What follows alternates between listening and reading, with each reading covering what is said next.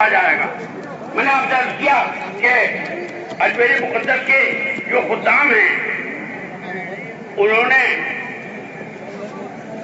ہم اہل سنت والجماعت کے بارے میں ہم لوگوں کو انہوں نے خارجی بتایا اور ہم لوگوں کو انہوں نے کافر تک بتایا۔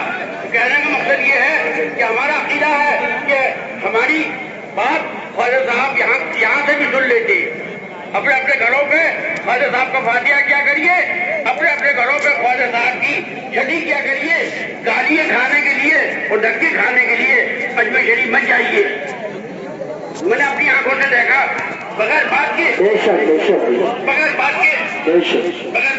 دھکے مارتے اور ایسی بدکلامی کرتے، ظالموں کو یہ بھی شرم نہیں ہے کہ ہندوستان کا بادشاہ سامنے جلوہ افروز ہے۔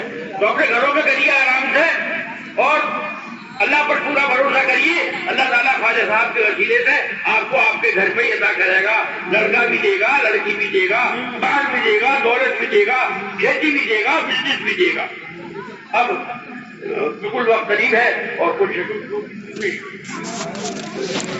دعا کریے کہ اللہ تعالیٰ اسی طرح سے یہ جلسے ہوتے رہے، اسی طرح سے ہم آپ کو بلاتے رہیں اور ہم آتے رہیں اور آپ سے اپنی کہنی سننی کرتے رہیں۔ عرفان بھائی لاؤڈ اسپیکر والے نومالے کی لائن چیک کروا لے، بند چل رہی ہے۔ ساؤنڈ ماسٹر جو ہے اپنے ساؤنڈ چیک کریں، وہ سرائیاں نہیں بول رہی بار بار۔ 2-3 منٹ باقی ہے۔